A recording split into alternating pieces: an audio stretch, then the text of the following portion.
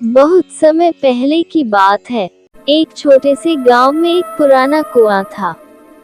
वह कुआं गांव के बाहर पीपल के पेड़ के पास स्थित था। गांव के लोगों का मानना था, उस कुएं में एक चुड़ैल का वास है, जो सिर्फ रात में दिखाई देती है। दिन के समय वहाँ सब कुछ सामान्य लगता है, लेकिन रात के अंधेरे में वह कुआं रहस्यमयी हो जाता। गांव में यह बात प्रचलित थी। पूर्णिमा की रात जब चांद पूरा होता है और उसकी चांदनी हर ओर फैलती है, तब कुएं के पास से किसी के नहाने की आवाजें आती हैं।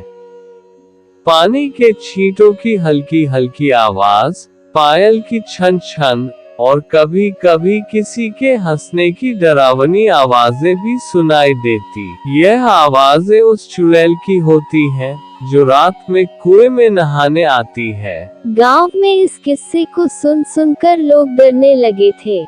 कोई भी रात में उस कुएं के पास जाने की हिम्मत नहीं करता था। बच्चे तो शाम होते ही घर लौट आते और दरवाजे बंद कर लेते।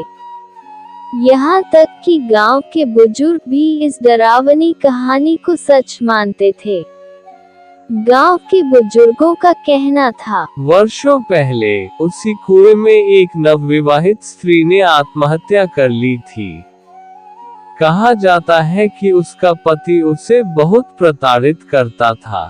रोज रोज के दुखों से तंग आकर उसने एक रात कुएं में कूदकर अपनी जान दे दी। उसके बाद से ही उस कुएं से अजीबोगरीब आवाजें आने लगी। गांव में रामू नाम का एक युवक था। वह साहसी और निडर था।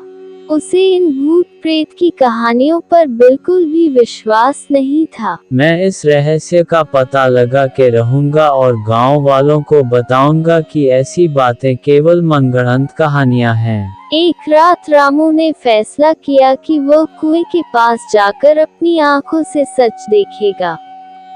उस रात पूर्णिमा थी। चांद अपनी पूरी चमक के साथ आसमान में चमक रहा था। गांव की गलियां सुनसान थीं। रामू चुपचाप कुएं की ओर बढ़ने लगा। जैसे जैसे वह कुएं के पास पहुंचा, हवा ठंडी और सिहरन भरी होने लगी। दूर दूर तक कोई नहीं था, बस पीपल के पत्ते हवा में सरसराहट कर रहे थे। रामू ने कुएं के पास पहुंचकर चारों ओर नजर दौड़ाई। कुछ देर तक कुछ भी असामान्य नहीं लगा, लेकिन तभी उसने हल्की हल्की पानी में हलचल की आवाज सुनी। उसकी धड़कनें तेज हो गईं। उसने हिम्मत जुटाई और कुएं के किनारे जाकर नीचे झांका। जो उसने देखा, उससे उसकी रूह कांप गई। कुएं के अंदर सफेद साड़ी पहने एक स्त्री खड़ी थी। उसके लंबे काले बाल पानी में भीगे हुए थे। वह अपने बालों को धीरे धीरे झटक रही थी, जैसे नहाने के बाद बाल सुखा रही हो। रामू की आंखें डर से फटी की फटी रह गईं। तभी वह स्त्री धीरे धीरे ऊपर देखने लगी। उसकी आंखें चमक रही थी, लाल जलती हुई आंखें। उसके होठों पर एक रहस्यमयी मुस्कान थी। क्यों आए हो यहाँ? रामू का शरीर थर थर कांपने लगा। वह पीछे हटने लगा, लेकिन उसके पैर मानो जमीन से चिपक गए हों। तभी चुड़ैल ने एक भयानक अट्टहास किया और उसकी आवाज पूरे वातावरण में गूंज उठी। रामू किसी तरह अपनी जान बचाकर गांव की ओर भागा। उसकी सांसें उखड़ रही थी और चेहरा डर से सफेद पड़ गया था। उसने गांव वालों को सारी बात बताई।